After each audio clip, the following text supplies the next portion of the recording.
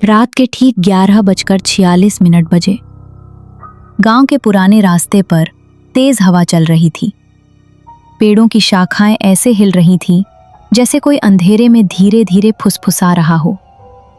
और उसी रास्ते पर एक लड़की लाल रंग की नई साड़ी पहने अकेली चली जा रही थी। उसका नाम था नैना। आज उसकी शादी के बाद पहली रात थी और वो अपनी पहली साड़ी पहनकर ससुराल जा रही थी। लेकिन उसे बिल्कुल अंदाजा नहीं था कि उस साड़ी के साथ कोई और भी उसके साथ घर आने वाला है। नैना का ससुराल गांव के किनारे बनी एक बहुत पुरानी हवेली थी, जिसके बारे में लोग कहते थे उस घर में रात के बाद किसी औरत की पायल की आवाज आती है। लेकिन शादी की खुशी में नैना ने इन बातों पर ध्यान नहीं दिया। जैसे ही वो हवेली के अंदर गई, अचानक घर की सारी लाइट्स 1 सेकंड के लिए बंद हो गईं और उसी अंधेरे में किसी औरत की धीमी आवाज आई, मेरी साड़ी वापस करो। नैना डरकर पीछे मुड़ी, लेकिन वहां कोई नहीं था।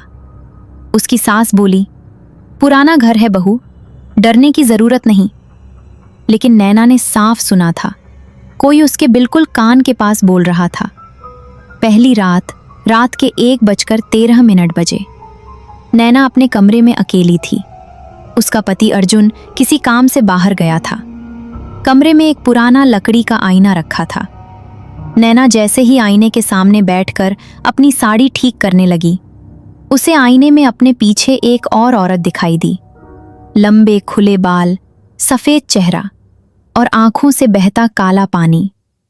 नैना तुरंत पीछे मुड़ी, लेकिन वहां कोई नहीं था। उसका दिल जोर जोर से धड़कने लगा। तभी आईने पर अपने आप उंगलियों से लिखा दिखा, ये साड़ी मेरी है। बंद कमरा। अगली सुबह नैना ने अपनी सास को सब बताया। सास का चेहरा अचानक डर से सफेद पड़ गया। उन्होंने तुरंत कहा, ऊपर वाली मंजिल पर कभी मत जाना। लेकिन क्यों, ये किसी ने नहीं बताया। उस रात नैना को ऊपर से किसी औरत के रोने की आवाज सुनाई दी, धीरे धीरे, मेरी साड़ी मुझे वापस दो। डरते डरते नैना सीढ़ियों से ऊपर गई। ऊपर एक पुराना बंद कमरा था। दरवाजा अपने आप धीरे धीरे खुल गया, कर।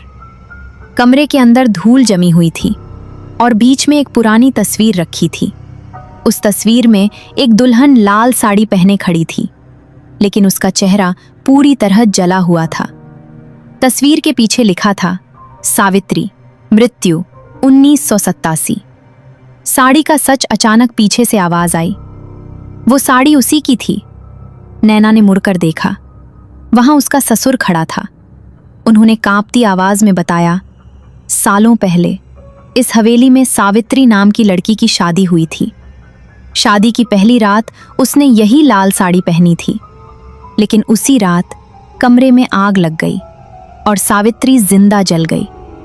मरने से पहले वो सिर्फ एक बात बार बार बोल रही थी, मेरी साड़ी कोई मत पहनना। लेकिन कई साल बाद उस साड़ी को फिर से अलमारी से निकाल लिया गया और वही साड़ी आज नैना ने पहनी हुई थी। असली डर। ये सुनते ही नैना डर गई। उसने तुरंत साड़ी उतारने की कोशिश की, लेकिन साड़ी उसके शरीर से चिपक चुकी थी। जितना वो खींचती, साड़ी उतनी ही कसती जाती। उसकी सांस रुकने लगी। तभी कमरे की लाइट्स बंद हो गईं और अंधेरे में एक औरत की जली हुई परछाई धीरे धीरे उसकी तरफ आने लगी। छन छन छन, पायल की आवाज पूरे कमरे में गूंज रही थी। और फिर वो परछाई बिल्कुल नैना के सामने आकर रुक गई। उसका आधा चेहरा जला हुआ था, आंखें पूरी काली और होंठ धीरे धीरे हिले। तुमने मेरी पहली साड़ी पहन ली। मौत की रात। नैना जोर जोर से चिल्लाने लगी, लेकिन नीचे किसी को उसकी आवाज सुनाई नहीं दे रही थी। सावित्री की आत्मा धीरे धीरे उसके पास आई और अचानक कमरे का दरवाजा अपने आप बंद हो गया। धड़ाम। अब कमरे में सिर्फ 2 लोग थे, नैना और वो आत्मा। अचानक कमरे में आग की बदबू फैलने लगी। दीवारें काली होने लगी, जैसे पूरा कमरा फिर से जल रहा हो। नैना ने देखा आईने में उसका चेहरा धीरे धीरे जलता हुआ दिखाई दे रहा था। वो डरकर पीछे हटने लगी, लेकिन तभी किसी ने उसका पैर पकड़ लिया।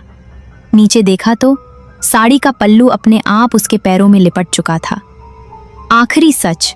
सावित्री की आत्मा अचानक रोने लगी और बोली, मैं नहीं जली थी, मुझे जलाया गया था।